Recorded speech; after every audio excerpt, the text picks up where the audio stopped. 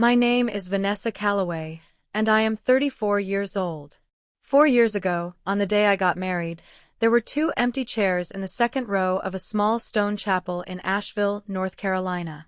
They had names on them, written in careful calligraphy on little cardstock tags tied with twine, because the wedding planner insisted every seat be labeled for the photos. One tag said Robert Calloway, father of the bride. The other said Diane Calloway, mother of the bride.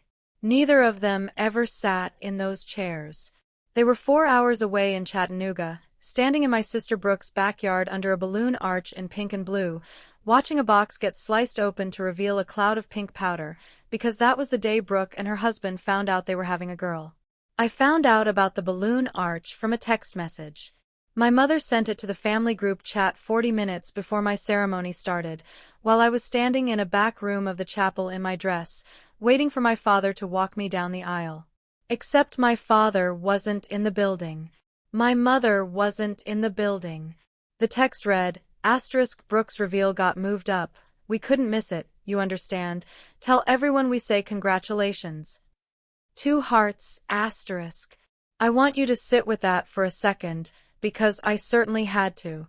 I read that message standing in a converted stone cottage that smelled like eucalyptus and candle wax, wearing a dress my future mother-in-law had helped me choose because my own mother said she was too busy to come dress shopping. I read it, and I felt something in my chest go very quiet and very still, the way a room goes still right before a storm hits, not loud, not dramatic, just a pressure drop. And then my Aunt Carol, my father's sister, the only person on my dad's side who had shown up, put her hand on my shoulder and said, Sweetheart, you don't need them today. You have all of us. She was right. But it would take me 4 more years to fully understand exactly how right she was. Before I take you back to where this all started, if you're new to this channel, take a second to hit subscribe, because these are the kinds of stories that remind you your worth was never up for a vote from people who refuse to see it. And if you're already family here, drop a comment and tell me where you're watching from tonight. I read every single one, and it means more than you know to see this community from all over the world showing up the way my own family never did. Now, let me take you back to the beginning, because you need to understand the 24 years before that wedding day to understand why I didn't cry when I read that text message. I didn't cry. I just nodded once, fixed my mascara, and walked myself down the aisle. I grew up in a town called Hollow Creek, Kentucky, population just under 3,000, the kind of place where everybody's mailbox has a name painted on it, and the 4th of July parade takes 11 minutes because the town is only 11 minutes long. My father, Robert Calloway, ran a small auto parts store on Main Street that had been in his family for 2 generations before him. My mother, Diane, taught 3rd grade at Hollow Creek Elementary for 19 years, the same building she'd gone to as a girl. I was born first in October, 3 weeks early, apparently in a hurry even then. Brooke came 2 years later, in June, on the exact due date the doctor had predicted, and my mother liked to tell that story at every birthday party for the rest of Brooke's childhood, like punctuality was a personality trait you could be born with, and I simply hadn't been. I want to be careful here, because this is not a story about a villain twirling a mustache. My parents were not cruel people, in any way you could point to from the outside. They didn't yell. They didn't hit. They showed up to school conferences for both of us. If you'd asked anyone in Hollow Creek whether Robert and Diane Calloway were good parents, every single person would have said yes, without hesitating. But there is a particular kind of neglect that doesn't leave marks, and it's the kind that lives in the difference between what gets celebrated and what gets acknowledged. When Brooke made the cheer squad in 7th grade, my father hung a banner across the garage door. When I made the honor roll, every single semester, for 6 years straight, my mother would glance at the report card, say, "Good job, hon," and set it on the kitchen counter, where it would eventually get buried under coupons and church bulletins until it disappeared entirely. When Brooke got AB in algebra, my parents hired a tutor because Brooke just needed a little support to get where she was capable of being. When I brought home a 98 in AP calculus, my father asked what happened to the other 2 points. I don't say this to complain. I say this because it built something in me that I didn't understand until I was much older. I stopped doing things to be seen by them. I started doing things because I needed to know, privately for myself, that I was capable. It's a strange kind of independence to develop at 11 years old. Useful, eventually, but strange. Brooke was not a bad person either, for what it's worth. She was a kid who was handed a role, the golden one, the one who was easy to love out loud, and she played it the way any kid would if the applause only ever came when she was on stage. We were close enough, as children. We shared a room until I was 12. She used to crawl into my bed during thunderstorms, even though she'd never have admitted to being scared.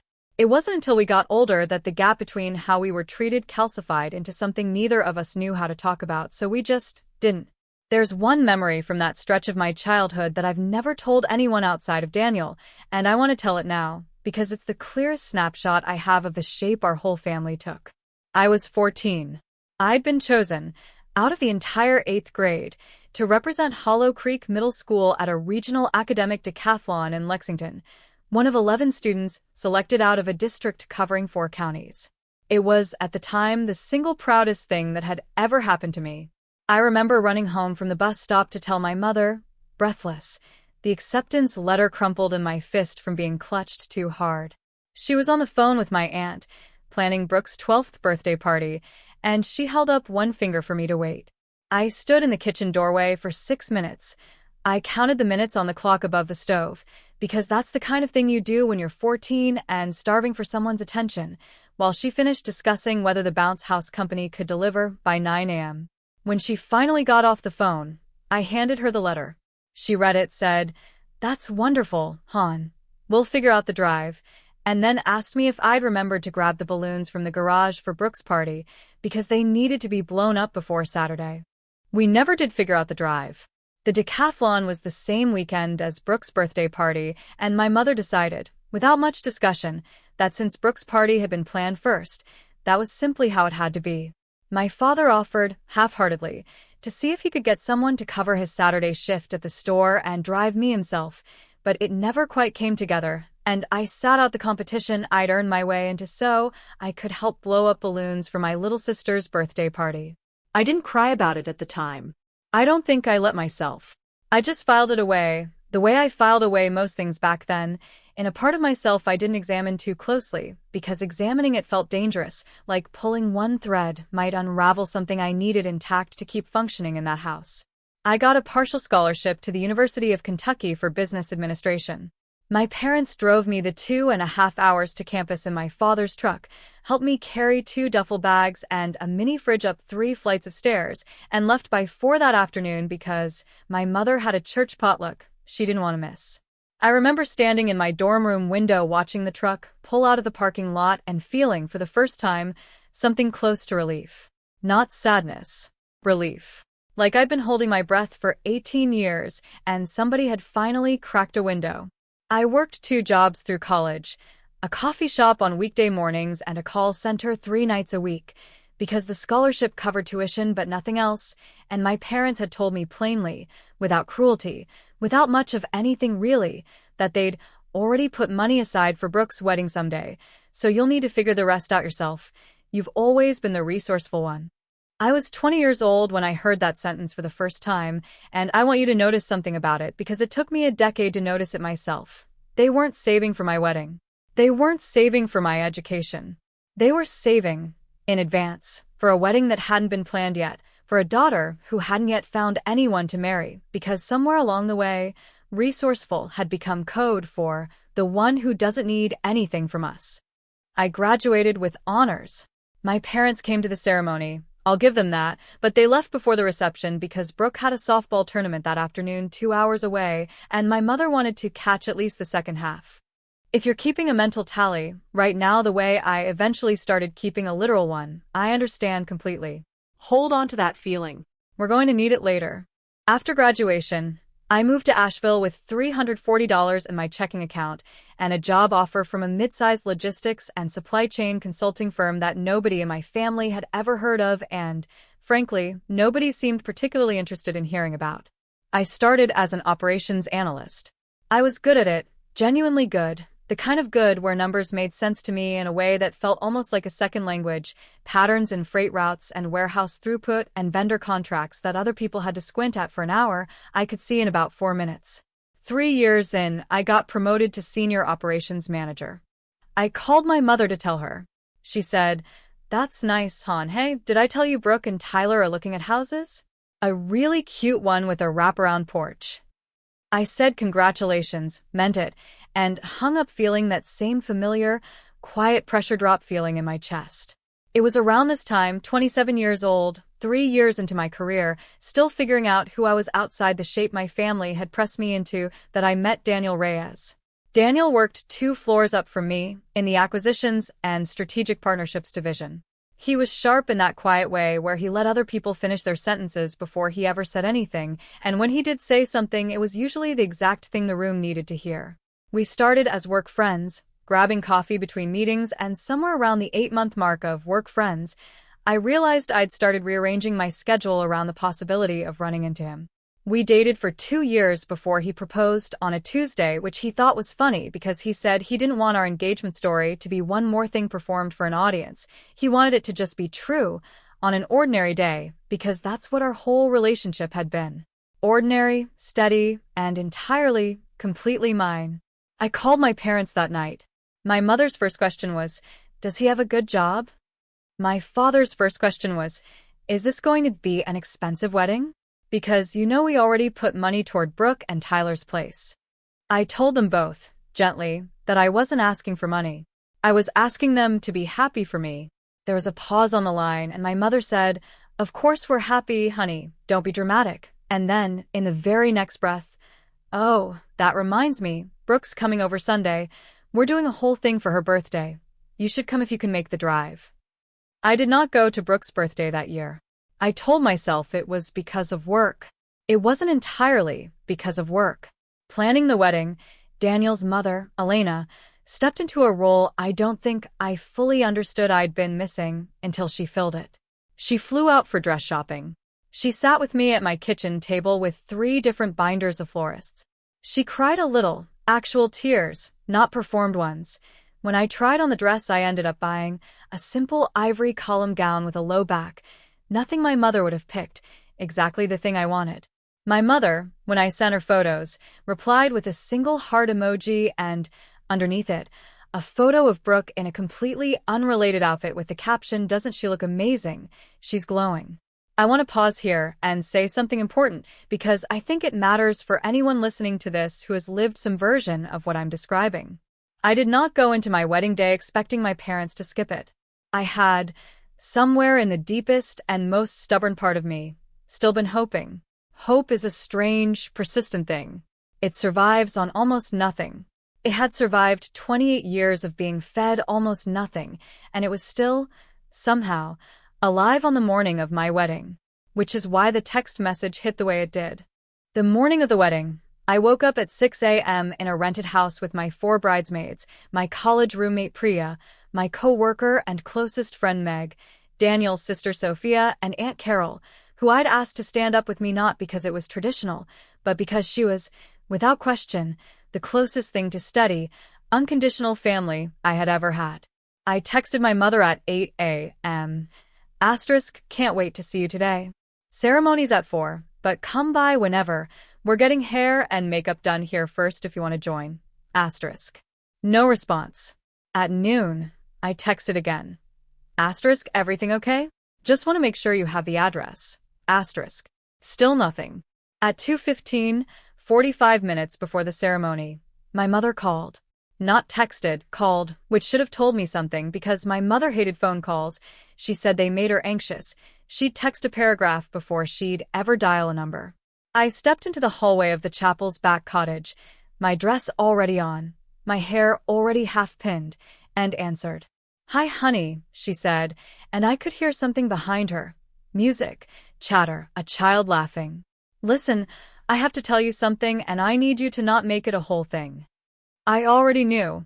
I think some part of me had known for weeks, if I'm honest, the way you know a storm is coming from the particular color the sky turns even before the first drop falls. Brooke went into her 3rd trimester checkup this week and they moved her gender reveal up because the doctor said the baby's measuring big and they wanted to do it before she got too uncomfortable to enjoy it. And it's today.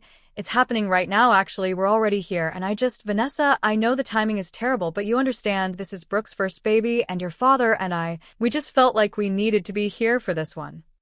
This one, as though my wedding were a different category of event entirely optional, reschedulable, the kind of thing that could simply wait its turn.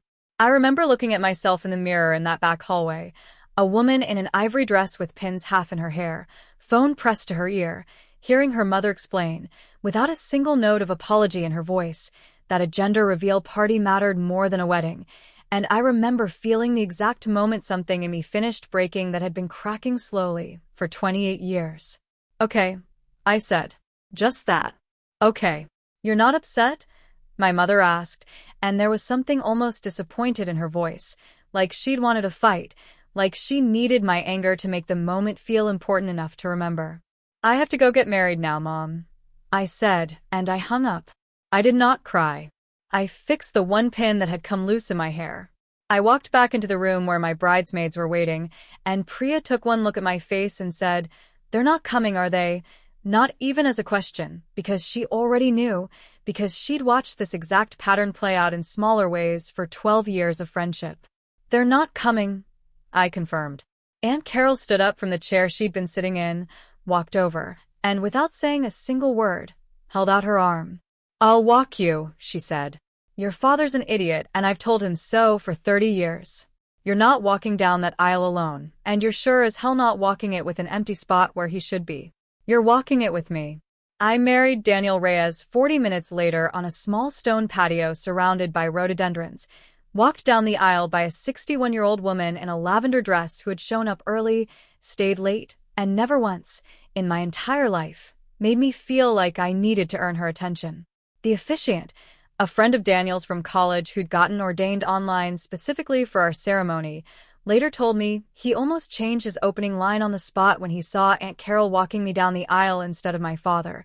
He said something to the effect of family showing up in whatever shape it needs to, and half the guests didn't even know the shape had changed at all because nobody had made an announcement. Nobody had explained the empty chairs.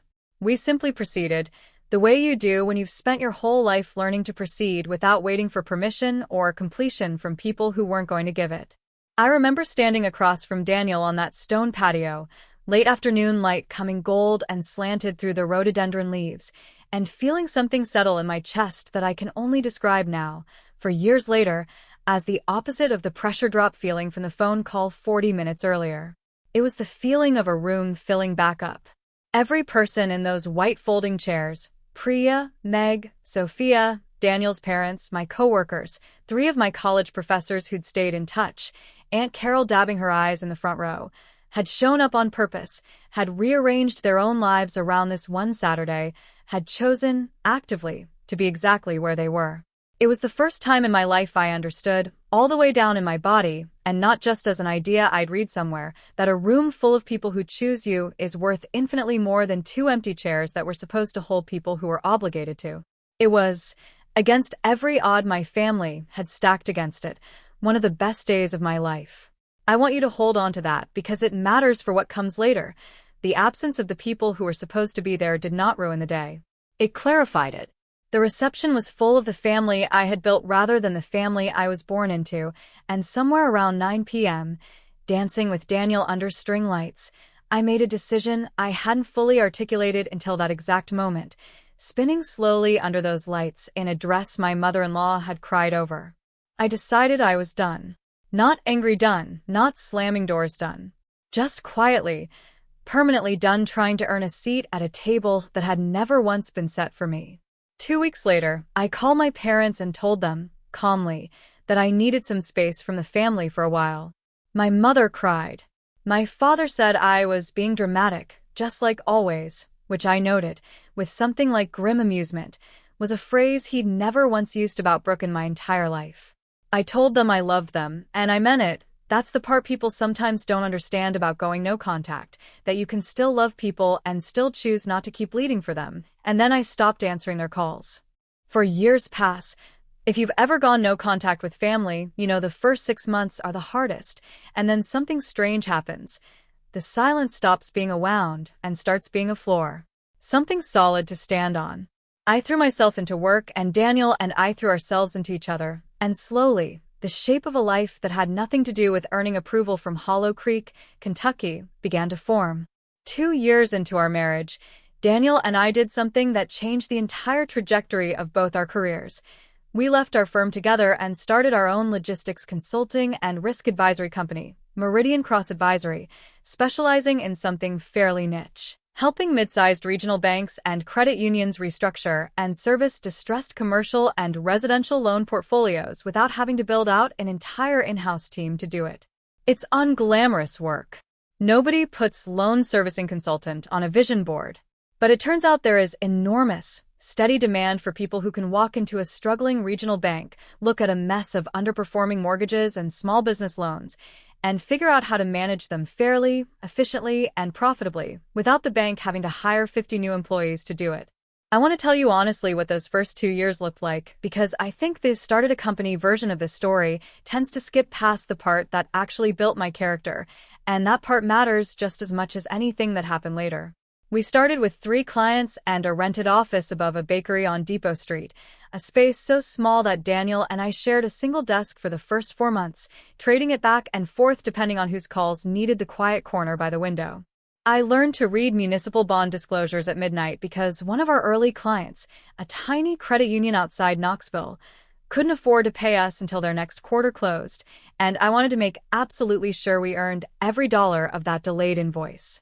I learned to run payroll for our first 2 employees off a spreadsheet I built myself because we couldn't yet justify the cost of proper accounting software. I learned what it felt like to lie awake doing math in my head, not the confident, effortless math I'd always been good at, but anxious math, the kind where you're recalculating the same 3 numbers over and over at 2 a.m., hoping they'll add up differently than they did the last 4 times you checked. Nobody in my family knew any of this was happening. Not the 4-month stretch where Daniel and I paid ourselves less than our own employees to make sure everyone else got a paycheck. Not the client who ghosted us on a $40,000 invoice 8 months in, nearly sinking us before we'd even really started. Not the night we sat on the floor of that rented office, because we hadn't bought a couch yet, eating gas station sandwiches and deciding whether we could actually keep going. My mother, during that exact stretch, called twice, once to ask if I could recommend a caterer for Brooke's baby shower, since I'd always been good at planning things, and once to mention in passing that Brooke and Tyler had just put an offer on a house with a wraparound porch, the same wraparound porch she'd mentioned years earlier when I called to tell her about my promotion. I didn't tell her what I was building. Some part of me, even then, had already stopped expecting her to ask the right questions, so I'd stopped offering answers she'd never requested. We started with 3 clients and a rented office above a bakery. Within 3 years, we had 11 clients across 4 states, including 2 regional banks in eastern Tennessee, which, and I want you to hold on to this fact because it is going to matter enormously in about 10 minutes, included a mid-sized community bank called Ridgeline Trust, headquartered in Chattanooga. Chattanooga, the same city where my parents had, for years earlier, stood in a backyard watching pink powder explode out of a cardboard box instead of watching me get married. I did not seek this out. I want to be completely honest about that because this is not a revenge story where I engineered anything. Ridgeline Trust approached us through a referral from another client, needing help restructuring their distressed residential mortgage portfolio after a rough couple of years in the regional housing market. I didn't even personally handle the account day to day. I had a senior associate, a sharp young woman named Talia, running point on it, with me reviewing the portfolio reports quarterly as part of my role overseeing the firm's Tennessee and Kentucky client relationships. It was in one of those quarterly portfolio reviews about 6 months ago that I saw a name on a spreadsheet that made my entire body go cold. Calloway, Robert and Diane. 118 Sycamore Lane, Hollow Creek, Kentucky original loan, $94,000. Current balance, $61,200. Status, 90-plus days delinquent. Recommended action, foreclosure referral pending, asterisk. I sat at my desk and stared at that line for what felt like 10 minutes, but was probably closer to 30 seconds. I hadn't spoken to my parents in almost 4 years. I hadn't even known they'd refinance the house, the same house I'd grown up in, the house with the garage door where a banner once hung for Brooks Cheer Squad, the house that had never once had a banner hung for me. I did not do anything with that information that day. I closed the spreadsheet, finished my review, and went home to Daniel, and I told him, and he asked me one question, the only question that mattered. Do you want to do anything about it? I told him I didn't know yet. And that was the truth. 3 weeks after I saw that spreadsheet, my mother called me for the first time in almost 4 years. I almost didn't answer. My thumb actually hovered over the decline button for a full 2 seconds. But something, maybe the same stubborn hope that had never fully died, maybe simple curiosity, maybe some instinct that told me this call was going to matter, made me answer instead. Vanessa. My mother's voice sounded thinner than I remembered, older. Honey, it's so good to hear your voice. Hi, Mom. I kept my own voice even. Neutral. I'd had 4 years to practice neutral. I know it's been a long time, and I know we have things to talk about, and I really do, but I need to ask you something first because it's urgent, and I didn't know who else to call. There it was. I felt it land the way you feel a familiar ache in an old injury right before a storm. The exact same shape of every conversation I'd had with my mother for 30 years, an opening that gestured at connection but existed entirely to get to the ask. What's going on? I asked. The story came out in pieces, some of it rehearsed sounding, some of it clearly raw and unrehearsed. My father's auto parts store, the one that had survived 2 recessions and my grandfather's original ownership before that, had finally been squeezed out 3 years earlier by a chain auto parts superstore that opened off the highway. He tried to keep it going another 18 months on savings and a business line of credit before finally closing the doors for good. Around the same time, my mother had been diagnosed with a heart condition that required 2 procedures, and between the lost income, the medical bills, and a home refinance they'd taken out years earlier to help cover a down payment on Brooke and Tyler's first house, a fact my mother delivered so quickly and quietly I almost missed it, they had fallen behind. Badly behind. The bank had sent a notice. A real one, with a date on it. Foreclosure proceedings were set to begin in 6 weeks unless they could bring the loan current or refinance, and at their age, with my father's income gone and my mother's medical history, no one would refinance them. We need $80,000, Vanessa. My mother said, finally, her voice cracking in a way I couldn't tell was genuine or performed, and after 30 years of practice, I still couldn't always tell the difference, which tells you something about the household I grew up in. We wouldn't ask, we wouldn't ask, but you and Daniel, you've done so well, and family helps family. That's what family does. I want to sit in this moment with you because I think it's the moment this whole story turns on, and I want you to really feel the weight of it the way I felt it, sitting alone in my office with the Ridgeline Trust Portfolio spreadsheet still open and a tab on my second monitor, a spreadsheet with my parents' address and loan balance sitting in a neat little row that my own mother had no idea I'd already seen 3 weeks earlier. That's what family does, I repeated back to her, quietly. Yes, exactly, she said, relief flooding her voice, mistaking my tone for agreement. Did Brooke offer to help? I asked. There was a pause. A telling one. Brooke and Tyler have their own expenses, honey. They have the baby now and the second one on the way. You know how it is. I don't actually, I said, still calm, still even. I don't know how it is, Mom, because I've never once been given the version of this family where somebody else's expenses were the reason I didn't get help. I paid for my own college. I paid for 2/3 of my own wedding, the parts your budget for Brooke's someday wedding didn't leave any room for. I built a company from a rented office over a bakery with 3 clients and 11-hour days for 2 straight years, and not once, did anyone in this family ask if I needed help. So, I want to make sure I understand the current rule. Is it that family helps family, or is it that family helps Brooke and the rest of us help family? My mother was quiet for a long moment. Then she said, "That's not fair, Vanessa. We're in a crisis. We're about to lose our house." "I know," I said. "I know you are. I've known for 3 weeks." The silence that followed that sentence was the longest silence I have ever experienced on a phone call in my life. "What do you mean you've known for 3 weeks?" my mother finally asked, and I could hear the confusion curdling into something wary. "Mom, I need you to listen to me carefully, and I need you to not interrupt, because this is important, and I'm only going to explain it once." I took a breath.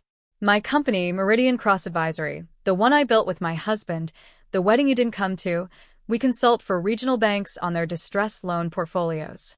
One of our clients is Ridgeline Trust, out of Chattanooga. 3 weeks ago, in a routine quarterly review, I saw your loan on their delinquency report. I saw your names. I saw your address. I saw that you were 90 days behind and heading toward a foreclosure referral. I have known about this before you ever called me. And I want to be very clear with you about something. I am not the one who can approve or deny a foreclosure, and I would never abuse a client relationship to interfere in loan servicing decisions in a way that would violate my professional obligations or put my company's contract at risk. That's not what this call is going to be.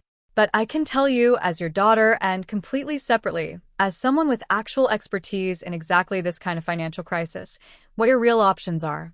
And none of them are ask the daughter you didn't show up for and hope she writes a check out of guilt. Vanessa, my mother started.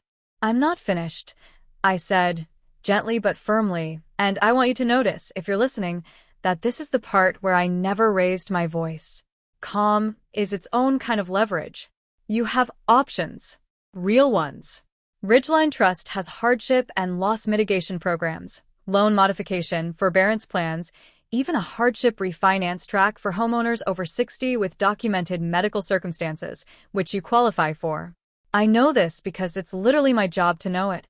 I am not going to hand you $80,000 because a check doesn't fix the actual problem, which is that a bank sent you a form letter and nobody in this family knew how to read it or who to call. What I am willing to do, and I need you to understand this is the offer. This is the whole offer. Take it or don't, is this.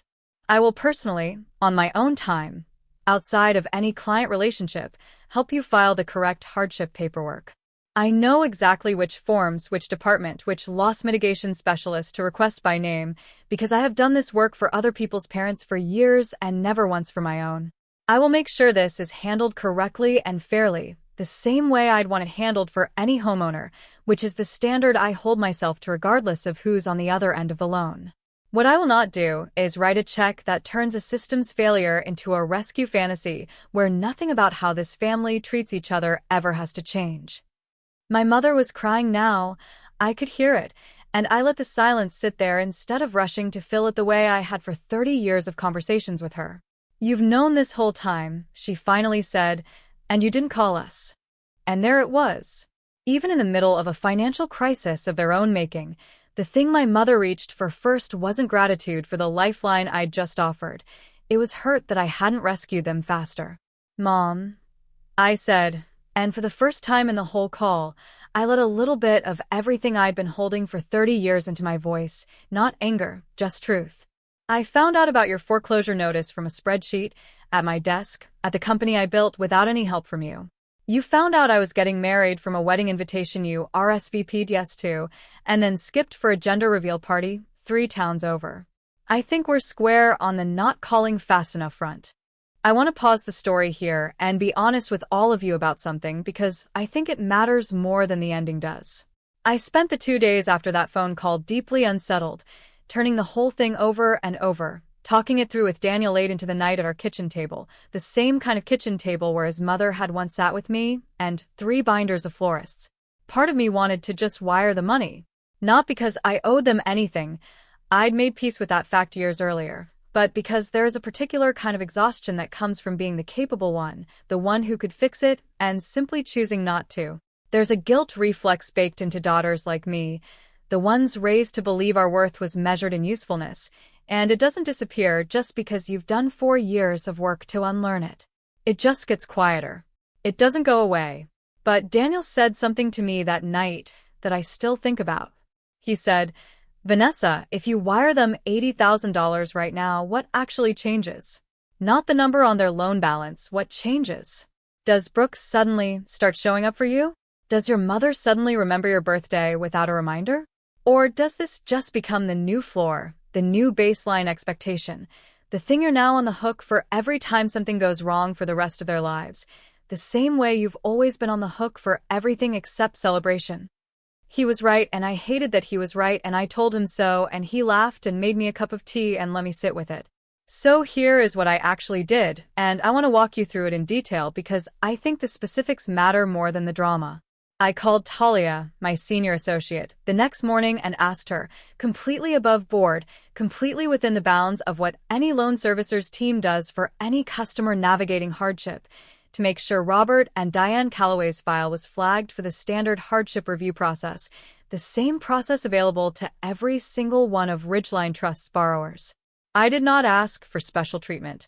I asked for correct treatment because it turned out, when Talia pulled the full file, that nobody at the bank's call center had ever actually walked my parents through their hardship options. They'd simply received a form letter, panicked, and never called the number on it because my father, in his stubborn Hollow Creek way, didn't believe in airing your business to strangers on the phone. Then I called my parents back 3 days after the first call, and I told them I would personally sit with them over video call because I was not, at that point, ready to physically go back to Hollow Creek and walk them through filling out the hardship application, gathering the medical documentation for my mother's condition, and submitting it correctly with all the right boxes checked. The kind of application that gets approved instead of ignored. It took 6 weeks. I sat with them for 4 video calls, each about 90 minutes long, watching my father, a man who had never in my entire childhood asked me for a single thing, slowly learn to say the words, "I don't understand this form. Can you explain it again?" to the daughter he used to tell was too dramatic.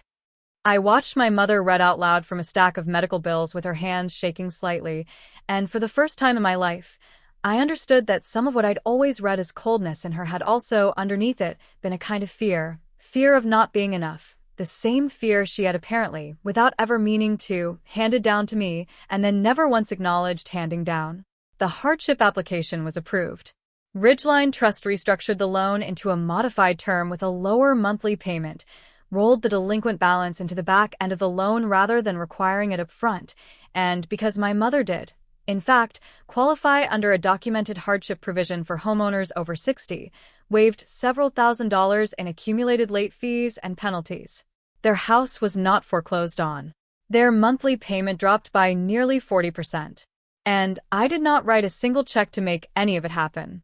About a month into the hardship application process, while I was still walking my parents through the paperwork over video calls, Brooke called me directly for the first time in nearly 4 years. I almost didn't recognize her number. I deleted her contact at some point during year 2 of no contact, in a fit of trying to make the silence feel less like a wound and more like a decision, and seeing an unfamiliar Chattanooga number light up my phone at 9 at night gave me an actual jolt of adrenaline before I even answered. Vanessa. Brooke's voice sounded exactly the way it had at 22, bright and a little breathless, like she was always slightly out of time with the room she was in. Hey. It's me. I know, I said. Hi, Brooke. So Mom told me you've been helping them with the house thing. A pause, the kind of pause I recognized instantly because I'd grown up watching my mother use the exact same one before every ask. That's really great of you. Really. I wanted to ask, since you're already, in the loop with the bank and everything, do you think you could maybe put in a good word for me and Tyler? We're trying to refinance our place too. Rates have been brutal, and I figured since you basically work with these banks. I sat very still on my side of the phone for a moment, taking in the fact that 4 years of silence, an entire missed wedding, and a genuine financial crisis involving our shared childhood home had produced, from my sister, not a single question about how I was doing, not one acknowledgement of the years of quiet, not even real curiosity about the company I'd built. Only a request. A new one, layered directly on top of the old pattern, like nothing underneath it had ever needed examining. Brooke, I said, I'm going to answer honestly, and I need you to actually hear it, not just wait for me to finish talking so you can respond. I'm not a loan officer at Ridgeline Trust. I'm a consultant who works with them on portfolio strategy. What I did for Mom and Dad wasn't pulling strings. It was making sure they got access to a hardship program that already existed and that nobody had ever explained to them properly. If you and Tyler are having trouble with your mortgage, I can point you toward the same kind of resource, the actual hardship and refinance programs your lender almost certainly already offers. That's the help I have to give. It's not a favor system. It's information, and it's available to anyone who asks the right questions, including you, completely separate from me. So that's a no. Brooke said, and I could hear something flatten in her voice, something that told me she'd already decided, somewhere underneath the ask, exactly how this conversation was going to make her feel about me regardless of what I actually said. It's not a no, I said. It's an honest answer instead of a favor. There's a difference, and I think that difference is actually the whole reason we're having this conversation for the first time in 4 years. She didn't have much to say after that. We hung up a few minutes later, both of us a little raw, neither of us cruel. I sat at my kitchen table afterward and felt, for the first time, something less like anger toward my sister and more like a strange, sad clarity. The understanding that Brooke had simply never been taught any other way to reach for family than through asking, because asking in our house growing up had always worked for her. Nobody had ever taught her to reach for me any other way either, because nobody had ever modeled it. That didn't make the phone call hurt less. But it made it easier, somehow, to hang up without slamming the door on the possibility of something different, someday, if she ever chose to build it. Here's the part of the story that I think matters most, and it's the part that didn't happen on any dramatic stage. No gasping crowd, no courtroom, no boardroom reveal. It happened in a follow-up call about 2 weeks after the hardship application was approved, when my mother, in a quieter voice than I'd heard from her in years, asked if I would be willing to talk again sometime. Not about money. Just to talk. I told her I would think about it, and I meant it honestly, which was new for both of us. During that same call, almost as an aside, she mentioned that Brooke had found out about the foreclosure scare. Apparently my father had let it slip during a phone call, and Brooke's reaction had not been to offer help. It had been to ask, with what my mother described as genuine confusion, why our parents hadn't just asked her and Tyler to co-sign something, since Vanessa's probably too busy with her fancy company to actually care. I sat with that for a moment. 4 years of silence, and in Brooke's mind, I was still the daughter who didn't show up, even as I was at that exact moment, the only person in the entire family who had actually done anything real to keep our childhood home out of foreclosure. I didn't correct the record through my mother. I didn't ask her to relay a message. I decided somewhere in that pause that I was done performing my worth for an audience that had never once been willing to actually watch. If Brooke wanted to believe I hadn't shown up, she could keep believing it. I knew what I'd done. Daniel knew. Talia knew, in the narrow professional sense that mattered. And for the first time in my life, that felt like enough people to know. 6 months later, my father called, not texted, which by now you understand is significant in my family, to tell me that he and my mother had started attending a financial counseling program through their church, the same church my mother had run the potluck committee for my entire childhood, and that they'd asked, for the first time, whether I'd be willing to come to Hollow Creek for Thanksgiving. Not Brooke's house. Not a group event. Just the 3 of us, at the kitchen table in the house on Sycamore Lane, the house that was still, because of a hardship application and 90 minutes of patient explaining 4 times over, still theirs. I said yes. I brought Daniel. My father, who had never in my life said the words, "I'm proud of you," out loud, stood in the driveway of that house, looked at the 2 of us getting out of the car, and said, quietly, almost like he was testing whether the words would fit in his mouth, "You built something real, Vanessa." I should have said that a long time ago. I did not cry in front of him. I saved that for the drive home, somewhere around the Tennessee state line, with Daniel's hand resting quietly on my knee, not saying anything, just letting me have it. I want to be honest with you about what this story is not, because I think honesty matters more than a tidy ending. This was not a revenge story where I sat across a courtroom table and watched my family's world collapse while I smiled. I never wanted that, not even in the years I had every reason to want it. This was not a story where money fixed 30 years of feeling invisible. It didn't, not entirely, and I don't think it ever fully will, and I've made peace with the fact that some of what I carry from my childhood is simply mine to carry now, quietly, the way you carry an old injury that aches sometimes on cold mornings but doesn't stop you from walking. What this was a moment where the family that had never once shown up for me needed something only I could actually provide, and I got to choose, with a clear head and a full heart, exactly what kind of help I was willing to give. Not a rescue. Not a reward for finally noticing me. Just correct, fair, competent help. The same help I would have given a stranger, offered with boundaries a stranger would never have needed, because a stranger would never have made me sit in an empty chair at my own wedding. Brooke and I are not close. We exchange birthday texts now, cordial, a little distant, both of us aware of a gap between us that neither of us quite knows how to name out loud yet. My parents and I talk most weeks. It is not the relationship I dreamed of at 11 years old, watching a cheer squad banner go up on a garage door that never once had my name on it. But it is real, and it is honest, and it is built on something sturdier than performance now, and I think, in the end, that's worth more than any amount my father could have paid me back. I still think, sometimes, about that spreadsheet. About the 90 seconds I sat frozen at my desk with my parents' names and address on a delinquency report, holding a piece of information that could have let me disappear completely, could have let me walk away and let the foreclosure happen and call it justice. I think about how easy it would have been to do nothing, and how, in a strange way, doing something but doing it entirely on my own terms, with my own boundaries fully intact, turned out to be the more powerful choice. I've thought a lot in the months since about why I didn't just write the check. It would have been easier in some ways. It would have ended the phone calls faster. It would have given my mother the version of the story she could tell at church. Vanessa saved us. She really came through. The kind of story that would have let her avoid ever sitting with the harder truth, which is that the crisis wasn't really about $80,000 at all. It was about 30 years of a family that had never learned how to ask each other for help without it being transactional, without it being tied to who had shown up for whom, who deserved what, who had earned the right to be rescued. A check would have been the easy kind of ending. It would not have been the true one.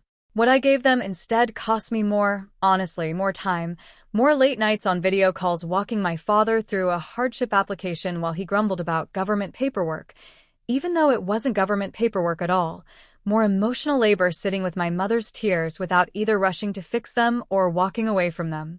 But it also asked something of them that money never could have.